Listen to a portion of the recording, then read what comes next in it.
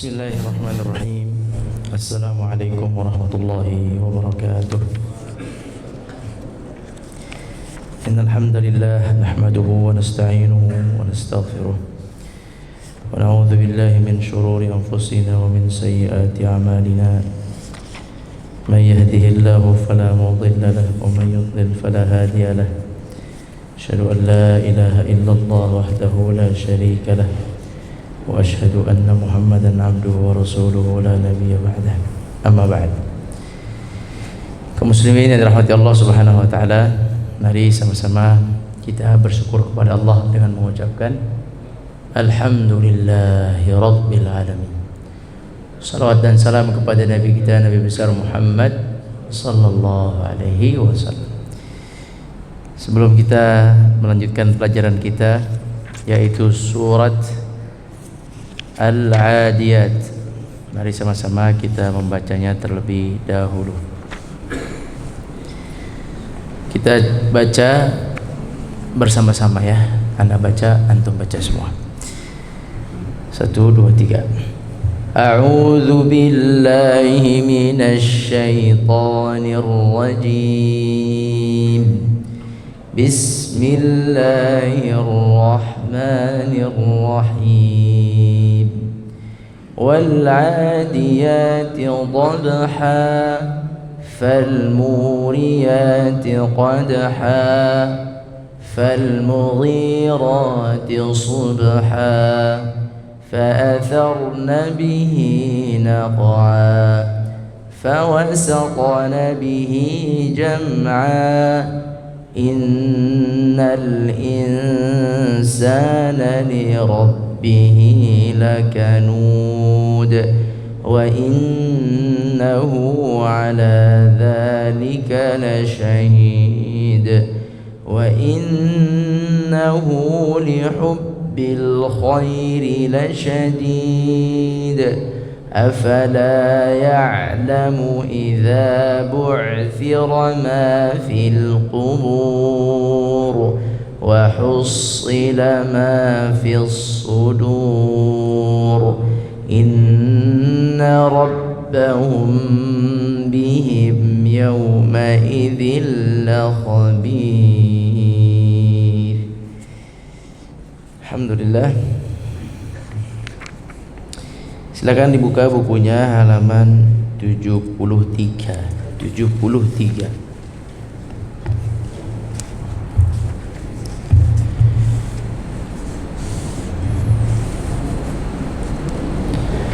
Allah Subhanahu wa taala berfirman, wa innahu lihubbil khairi lasyadid. Ayat 8. Ayat 8, wa innahu, wa artinya apa? Wa dan, inna sesungguhnya, hu dia manusia itu, wa innahu sungguh benar-benar kata Allah yang menciptakan kita, wa innahu sesungguhnya manusia itu lihub yakni cinta. Al khair di sini artinya harta. Kalau khair arti aslinya apa? Baik. Bagaimana kabar? Khair. Jazakallahu khairan. Semoga Allah balas dengan kebaikan atau yang lebih baik. Khair artinya sebenarnya adalah sesuatu yang baik. Tapi makna di ayat ini, khair di sini maksudnya adalah al-mal. Apa? Al-mal yaitu al-harta. Harta. Enggak pakai al ya. Harta. Al-malu adalah harta. Harta di ayat ini disebut al-khair. Wa innahu dan sesungguhnya manusia lihubbi mencintai al-khair, kebaikan itu apa? Harta. Kenapa harta disebut kebaikan? Disebabkan kata ulama, kenapa harta disebut kebaikan? Karena harta itu qawan. Harta itu adalah penopang kehidupan. Kalau orang tidak ada harta, fakir. Fakir artinya kebutuhannya lebih banyak daripada harta yang dimiliki. Makan 3 kali, kebutuhan pokok ya, bukan kebutuhan yang nggak pokok, kebutuhan pokok. Makan 3 kali, dia cuma bisa makan 1 kali. Misalnya, dia hanya punya dana sehari itu dia bisa menghasilkan hanya 15.000, nggak ada yang lainnya, atau 30.000, nggak ada yang lainnya. Fakir namanya. Dia perlu untuk sedekah, perlu harta. Untuk zakat perlu harta. Untuk haji perlu harta. Untuk umrah perlu harta. Dan ada janji dari Nabi SAW, barang siapa yang mensedekahkan, menzakatkan umrah dan haji, maaf, sedekah dan zakat dulu. Barang siapa yang sedekah dan zakat, ada janji dari Nabi SAW akan diganti oleh Allah Azza wa Jalla yang dikeluarkannya itu, diganti dengan balasan pahala dan kecukupan di dunia. Jadi harta itu disebut khair, disebut baik karena dia itu menopang kehidupan manusia dan bahkan bisa menopang kehidupan orang lain dengan sedekah dan zakat. Dan harta yang dizakatkan, Allah berjanji, Nabi berjanji akan menimbulkan kebaikan terhadap harta tersebut. Kemudian ada juga dengan harta, yaitu tadi apa? Al-hajju wal umrah, haji dan umrah. Barang siapa yang belum umrah, umrahlah. Yang belum haji, daftarlah. Umrah dan haji itu banyak memakan harta. Artinya harta itu juga sebagai penopang untuk ibadah. Jadi disebut khair, disebut baik.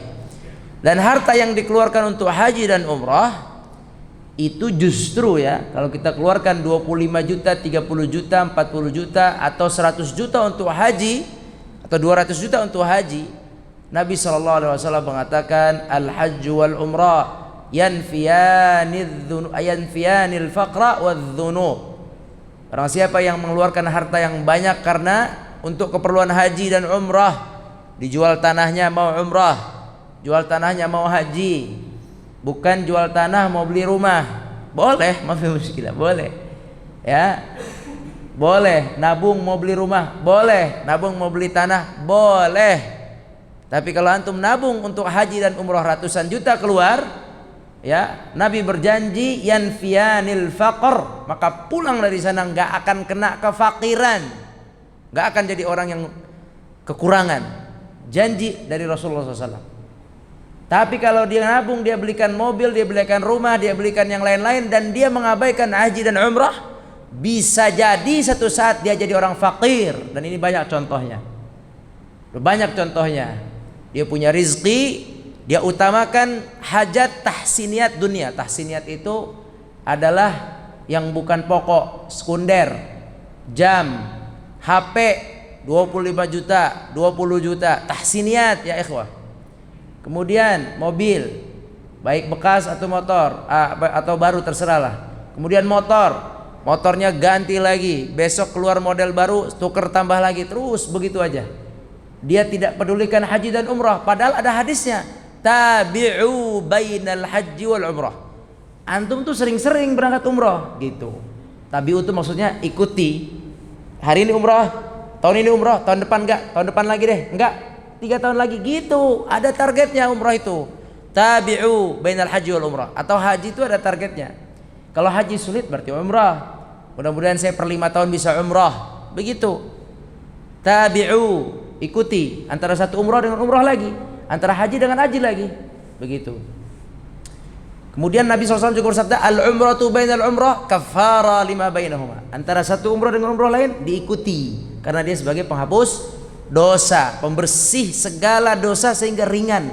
Kehidupan tidak banyak masalah. Kalau ada masalah cepat selesai. Dan yang mungkin bagi kita yang mungkin yang masih berpikir harta, kalau sudah tidak berpikir harta, tidak takut harta, udahlah. Tapi kalau masih berpikir nabung untuk dunia, lihat kata Nabi SAW, Barang siapa atau haji dan umrah tadi, haji dan umrah, al-hajju wal umrah, haji dan umrah yanfiyanil faqra, menghapuskan fakir. Jadi orang tidak akan kekurangan jika itu harta dikumpulkan untuk keperluan haji dan umrah. Coba aja dilihat. Coba lihat, ada orang pulang umrah fakir? Lah, enggak ada. Enggak ada. Insyaallah enggak ada. Dia dicukupkan padahal keluarnya banyak. 20 juta satu orang. Mending 20 juta. 30 juta satu orang. Ini bawa istrinya 60 juta. Tapi tidak ada. Setelah itu dia fakir, nggak bisa makan, nggak bisa bayar kontrakan, nggak ada. Coba aja dilihat. Tapi kalau orang yang nyicil mobil, habis itu nggak bisa bayar kontrakan, itu banyak, ya kan? Nyicil rumah, habis itu rumahnya nggak bisa dilunasin, over alih kepemilikan, itu banyak kayak begitu. Jadi tolong kaum muslimin, pemikirannya pemikiran ibadah dong. Ngumpulin harta ya buat ibadah, ngumpulin harta ya buat sedekah, ada sedekah. Ngumpulin harta ya buat bantu orang tua, ada niatnya saya mau haji nih, kumpulin lah buat nabung haji.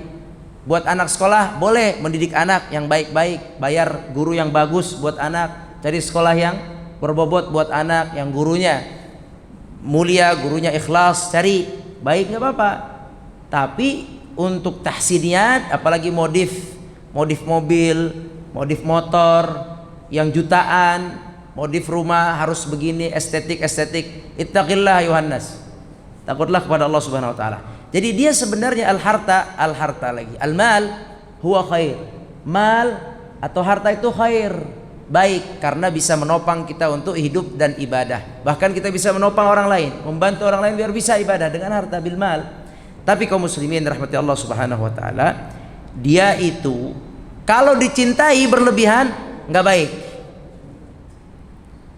Lihubbil khairi la syadid. Kalau dia syadid, dicintai berlebihan, kalau orang cinta harta berlebihan pasti bakhil, pasti pelit. Pelit untuk apa? Untuk ibadah.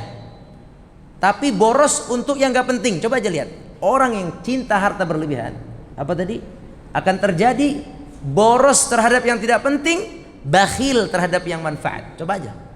Mobil, modif, beli mobil model-model yang dia paling suka, ratusan juta. Dia nggak pelit buat yang nggak manfaat, yang buat mubadzir dia nggak pelit, karena dia cinta terhadap harta itu, terhadap yang dia beli. Tapi giliran untuk masalah ibadah, umrah, haji, sedekah, bantuin orang, bakhil. Kenapa? Li'annahu yahub, dia cinta kepada harta, dia cinta berlebihan kepada harta. Jadi kaum muslimin, harta itu khair, baik, tapi jangan untuk dicintai berlebihan. Ya, al-malu salih fi yadir rajul salih, atau fi yadil mar'is salih. Harta itu baik kalau di tangan orang yang saleh, ya kan? Harta kan saleh kalau orangnya megang saleh. Kalau orang saleh megang harta itu, masya Allah, pasti untuk maslahat banyak orang, pasti dia bantu untuk banyak orang, karena dia orang saleh. Dia ngerti tujuan harta itu adalah untuk kebaikan baik dirinya, untuk ibadahnya, dan untuk kebaikan orang lain. Kaum muslimin rahmati Allah Subhanahu wa taala. Jadi kita ini diciptakan cinta harta. Cinta harta. Harta itu baik, tapi terlalu dicintai tidak baik. Akan menjadikan mudarat buat kita kalau terlalu dicintai, gitu ya. Jadi tolong faham masing-masing. Seandainya kita ada rasa cinta terhadap harta, itu sudah fitrah. Apa namanya? Fitrah. Zuyyina lin-nasi hubbus syahawati minan nisa'i wal banin wal qanatiril muqantarati minadh dhahabi wal fiddah. Sudah, kita cinta yang namanya zahab, emas, kita cinta yang namanya perak atau mata uang atau fulus, dolar, dinar, rupiah, kita cinta, khalas. Ya, kita cinta itu sudah fitrah. Nah, karena kita fitrahnya cinta, dikasihlah agama untuk bisa menahan diri tidak tertipu dengan si harta yang kita cintai itu. Adalah agama. Dikasih tahu dalam surat Al-Adiyat, hai manusia, kalian itu diciptakan terlalu cinta dengan akhirat. Kalian itu diciptakan dengan rasa cinta yang sangat terhadap harta. Jadi gimana? Hati-hati. Ada harta, alhamdulillah. Ada harta, bersyukur kepada Allah. Jangan merasa ini dari saya, karena saya hebat saya bisa dapat jutaan ini, karena saya hebat saya bisa dapat kaya raya ini. Antum pernah dengar gak hadis kata Nabi SAW, setiap orang itu khuliqa kullu insan muyassarun lima khuliqalah. Setiap orang itu muyassar lima khuliqalahu. Perhatikan ini supaya ngerti dalam hidup ini. Setiap manusia muyassarun lima khuliqalahu. Muyassar itu dimudahkan. Lima khuliqalahu, dimudahkan menuju, dimudahkan untuk menggapai yang sudah Allah ingin takdirkan, yang sudah Allah takdirkan untuknya. Contoh begini, ini ruh diciptakan oleh Allah dan ini jasad diciptakan oleh Allah akan jadi orang kaya. Oke? Muyassar lima khuliqalahu. Misalnya ini orang diciptakan muyassarun lil ghina. Dia bukan diciptakan pasti kaya ya, hati-hati. Salah kalau dia sudah diciptakan pasti kaya. Lah, Allah Subhanahu wa taala mengatakan, Nabi mengatakan muyassarun. Dia diciptakan ini berpotensi kaya. Artinya dominan takdirnya jadi orang kaya, oke? Dominan takdirnya jadi orang kaya. Atau dimudahkan jalannya jadi orang kaya. Kalau gitu lahirnya kira-kira di mana? Ada orang muyassar lil ghina, dimudahkan untuk kaya. Kira-kira itu anak lahirnya anaknya siapa? Nah, udah gitu, gampang aja.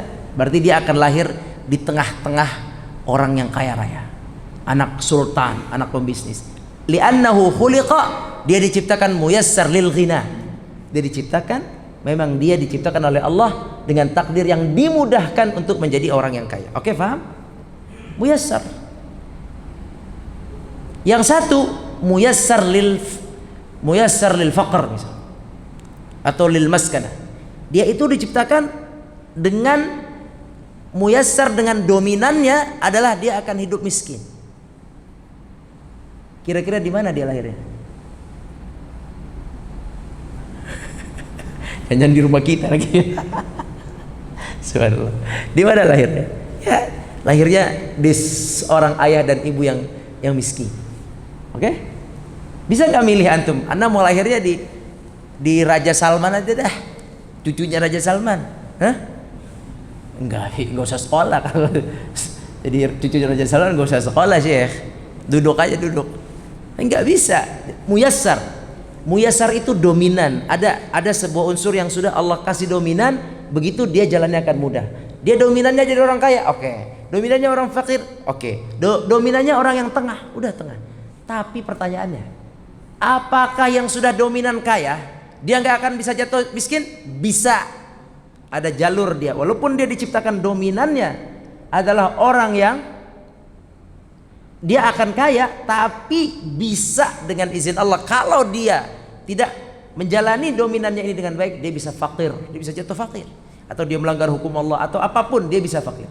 Begitu juga yang diciptakan dominannya fakir di kampung, anak petani, anaknya bapaknya petani, ibunya petani, rumahnya rumah panggung, miskin, gak punya apa-apalah, semua sulit, belajar sulit, sepatu gantian, anaknya ada 5 gantian. Dari 5 itu ada satu ternyata yang berkembang. Padahal dia diciptakannya dominan di keluarga miskin, tapi dengan ikhtiar dia berusaha terus, dia berdoa. Ingat ya, berdoa nomor 1. Dia berdoa, dia taat kepada Allah, dia minta kepada Allah, kemudian dia berikhtiar dengan bekerja. Akhirnya dia 1 dari 5 menjadi pindah dari fakir menjadi menengah. Sisanya abang adiknya yang tidak mau ikhtiar, yang tidak taat, yang tidak doa, yang tidak berharap, yang tidak minta kepada Allah, akhirnya dia tetap di dominannya itu, di takdir dominannya itu.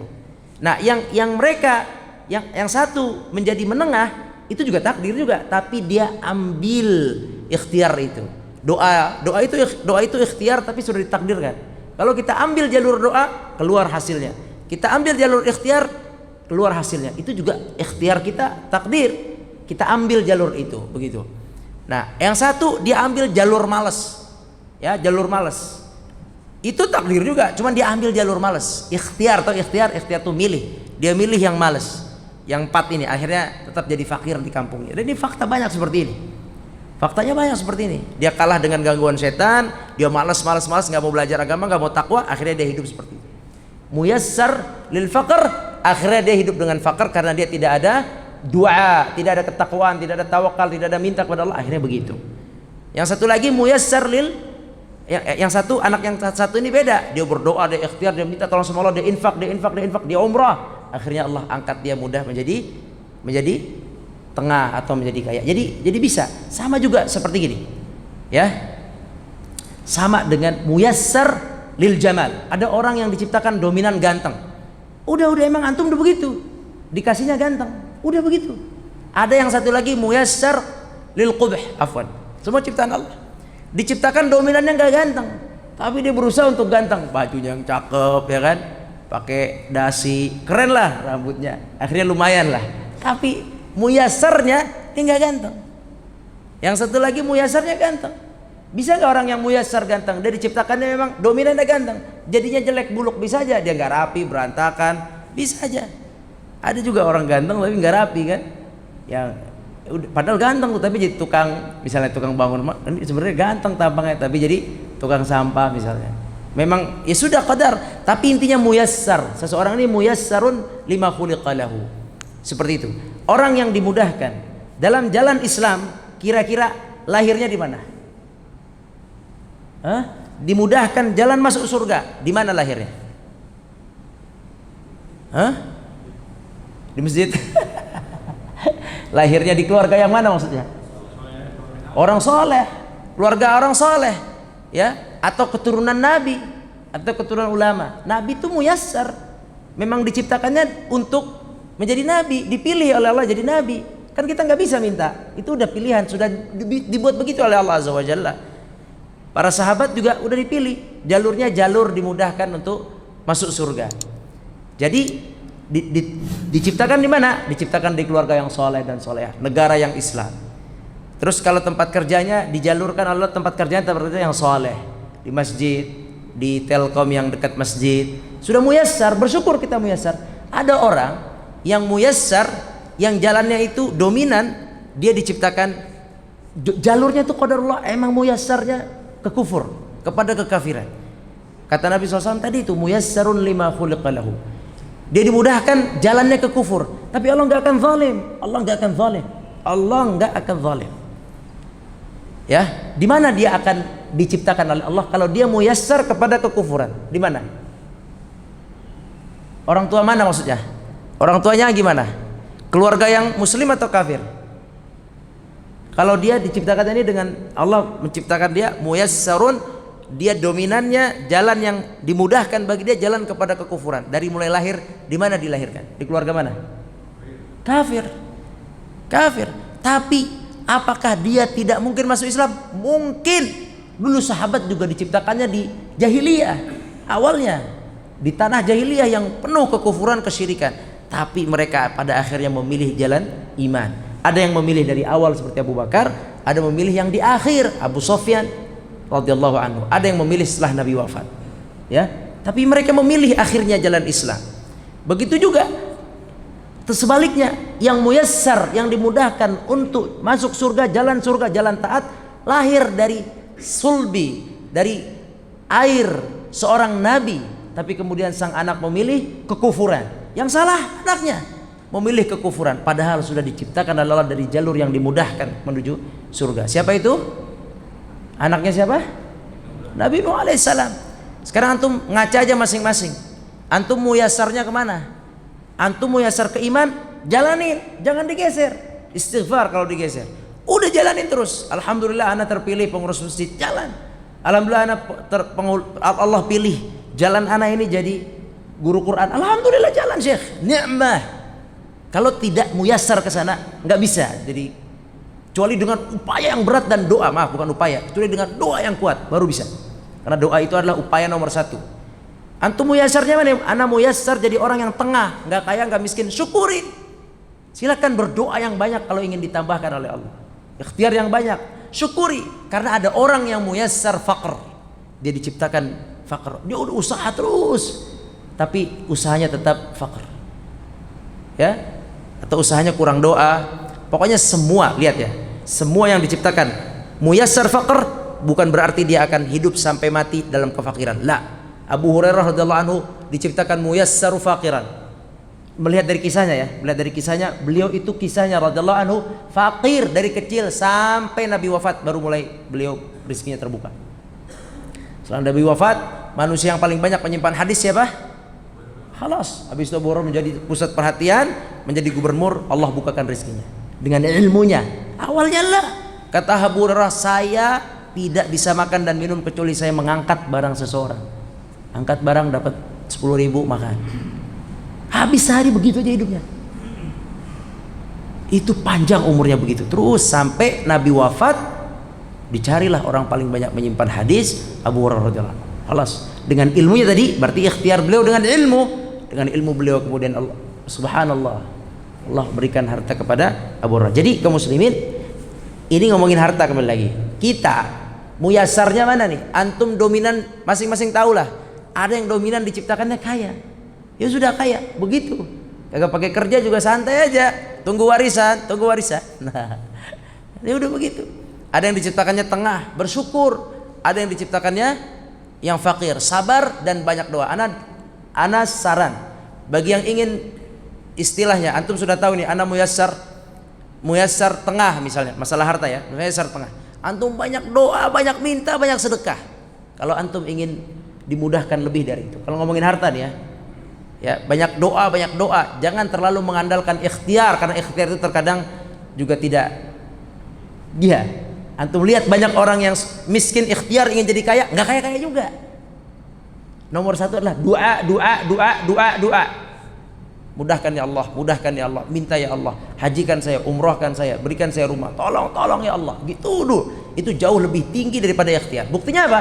Banyak orang fakir ikhtiar nggak berhasil. Banyak orang yang biasa-biasa aja, doanya banyak, berhasil. Sedekahnya banyak, bayinya banyak, amal dia taatnya bagus, sholatnya bagus, puasanya bagus, tilawahnya bagus, kemudian taatnya bagus, doanya bagus, akhirnya Allah kembangkan, Allah bukakan. Jadi terbuka itu bukan semata-mata ikhtiar. Ya, ulama mengatakan berapa banyak orang yang ikhtiar tidak ada hasilnya, dan berapa banyak orang yang tidak ada ikhtiar ada hasilnya. Mungkin dari doanya, mungkin doa orang tuanya, mungkin juga dia muyassar tadi. Jadi kaum muslimin, harta itu baik, tapi jangan terlalu dicintai sampai antum ikhtiar berlebihan. Jangan, pakai untuk yang baik. Kemudian kalau antum dirinya dimudahkan oleh Allah untuk mendapat rezeki, anak kira antum posisinya bagus kerja di sini, muyassar. Ngomongin harta sebenarnya nggak penting ngomongin harta. Yang penting adalah antum dimudahkan dalam agama apa enggak. Itu aja. Kalau masalah harta sih nggak terlalu lah. Kalau antum dimudahkan masalah harta nih udah bersyukur. Pertanyaan kedua, antum dimudahkan nggak dalam masalah agama? Lahir bapak Islam, ibu Islam, tempat kerja juga baik, alhamdulillah. Di masjid juga dekat rumahnya, teman-teman juga ngajak ngaji, ngajak masjid, nasihat. Udah antum berarti ada di jalan yang muyassarun lit taqwa, dimudahkan untuk jalan bertakwa.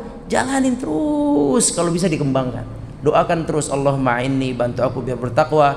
Allahumma hdini siratal mustaqim, Rabbana la tuzigh qulubana. Ya Allah, tunjukkan saja yang lurus, jangan palingkan hati saya terus. Jangan merasa nauzubillah min dzalik, Allahumma inna nas'aluka al-afiyah. Jangan merasa kita yang sudah lurus ini, nauzubillah, dari takwa ini atau sudah di masjid ini enggak melenceng. Bisa saja suatu ketika dengan harta, dengan uang. Banyak contohnya orang yang sudah lurus melenceng pada akhirnya bil mal, gara-gara harta. Jadi kaum muslimin, hati-hati dengan harta. Hati-hati dengan harta. Boleh kita jadikan dia penopang kehidupan, tapi tidak perlu dicintai dengan sebaik-baiknya, karena Allah berfirman, kita tutup dengan ayat ini, afala ya'lamu idza bu'thira ma fil qubur. Kata Allah Subhanahu wa taala, afala ya'lamu, tidaklah orang itu mengetahui bagaimana ketika dibangkitkan dari kubur, yaitu seorang hamba akan sadar setelah dibangkitkan dari kubur bahwa dunia itu tidak perlu dipertahankan habis-habisan. Nah, baru sadar, nggak perlu habis-habisan berdarah, ya, bercapek-capek untuk mempertahankan kekuasaan dunia dan mempertahankan kehebatan dunia, mempertahankan kekayaan dunia. Nggak perlu. Berdoa. Allah ngasih rezeki dengan 3 cara. Bagaimana? 1, tanpa usaha. Ulangi lagi. Allah ngasih rezeki. Allah Subhanahu wa taala memberikan rezeki dengan 3 cara. 1, dengan ikhtiar yang berat, susah payah dapat rezeki. Yang kedua, dengan ikhtiar yang ringan. Ikhtiar yang ringan, alhamdulillah rezekinya datang. Buka toko sedikit, pembeli Allah kirim. Ikhtiarnya ringan. Yang ketiga, Allah kasih rezeki tanpa ikhtiar. Dari istri, kawin istrinya kaya, Masya Allah. Kawin suaminya kaya, Masya Allah. Kemudian tiba-tiba dapat hadiah dari mana, Masya Allah. Tiba-tiba dapat bonus, Masya Allah. Tiba-tiba ada orang yang bilang kamu umrah, Masya Allah. Tiba-tiba dapat waris dari ayahnya, kelihatan ayahnya miskin. Tiba-tiba ada orang yang mengatakan ini dulu harta ayahmu, pernah saya pakai, ini sekian, Masya Allah. Jadi kaum muslimin, 3 cara harta itu Allah turunkan. 1, dengan cara antum ikhtiar sampai babak belur, dapat. Yang kedua, ikhtiarnya ringan, dapat. Yang ketiga, enggak ikhtiar, dapat. Salahnya kita selalu yang ini nih, ikhtiar baru dapat. Sahih. Ana enggak bilang enggak, betul. Tapi kenapa antum enggak coba pakai yang 2? Ya Allah, jadikan usaha saya ringan, mudahkan rezeki. Atau ya Allah, berikan saya rezeki tanpa saya duga-duga, enggak pakai usaha. Bisa nggak? Takwa dulu. Itu levelnya level takwa dulu. Jangan buang-buang waktu dengan nggak penting. Jangan lalai dulu. Kalau orang takwa itu emang nggak ada waktu lalai. Waktunya sibuk dengan yang baik-baik. Nggak ada kata-kata kotor. Nggak ada yang kotor-kotor. Jadi kaum muslimin, itulah 3 itu. Nah, ketika antum mati atau kita semua mati dan kita dibangkitkan, kalau kita pakai cara yang mana tadi? Yang pertama, yang susah payah merebut ini semua kekuasaan dunia dan harta dunia, kita baru sadar, ternyata buat apa saya susah payah banting tulang buat habis-habisan untuk keperluan dunia. Baru sadar kapan? Setelah dibangkitkan dari kubur. Nggak ada semua, hancur semua hartanya. Kayak Qarun, nggak cukup apa cerita Qarun? Cukuplah cerita Qarun. Jadi nggak usahlah repot-repot cari berberat-berat, minta yang ringan aja. Ya Allah, dekatkan rezeki saya, ringankan, jangan kau beratkan. Sampai saya ketika nggak kerja, sakit atau pensiun, tolong itu rezeki dibuka terus. Udah gitu aja. Terserah Allah ntar gimana caranya. Gitu. Ini orang pekerja ini bertawakal kepada pekerjaan dan gaji bulanan. Penyakitnya ini begini. Kalau nggak kerja merasa nggak ada rezeki. Ente nyari rezeki, pemberi rezekinya maujud, ada. Pemberi rezekinya ada terus. Jangan suudzon sama Allah SWT. Jangan menyempitkan luasnya pintu rezeki dengan kerjaan antum. Nauzubillah min dzalik. Afwan. Tapi anda merasa begitu. Lulus cari kerja baru dapat duit. Enggak sih. Beramal aja nanti juga ada rezeki. Anak-anak kuliah begitu tuh. Belum dapat kerja. Emang harus bekerja. Silahkan. Tapi bukan satu-satunya pintu rezeki itu dari. Jangan sempitkan rezeki Allah hanya dengan pekerjaan tetap yang antum dapatkan sekarang. Karena semuanya pada akhirnya ketika dibangkitkan dari kubur, tidak ada gunanya susah payah cari rezeki. Allah Subhanahu wa taala mengatakan senantiasa mengingat di halaman 73 di sini sebelah kiri, apa yang bisa kita amalkan? Senantiasa mengingat akhirat agar mudah bagi kita memperbaiki diri. Sesungguhnya mengingat akhirat adalah penawar bagi penyakit. Ya, ingatlah akhirat biar mudah. Ya, biar mudah memperbaiki diri, biar nyari rezeki ini enggak susah. Ingat aja akhirat. Insya Allah nyari rezekinya mudah dan tidak terlalu cinta terhadap dunia. Baik, karena kira ini dulu. Mudah-mudahan antum semua diberikan Allah keberkahan, dimudahkan jalannya. Yang pertama dimudahkan jalan iman. Yang kedua semoga dimudahkan jalan mendapatkan rezeki dari Allah Subhanahu wa taala. Demikian Allah a'lam. Yang benar dari Allah, yang salah dari ana mohon maaf. Wallahu a'lam. Aqulu qouli hadza wa astaghfirullah li wa lakum. Subhanakallahumma wa bihamdika asyhadu an la ilaha illa anta nastaghfiruka wa natubu ilaik. Assalamualaikum warahmatullahi wabarakatuh.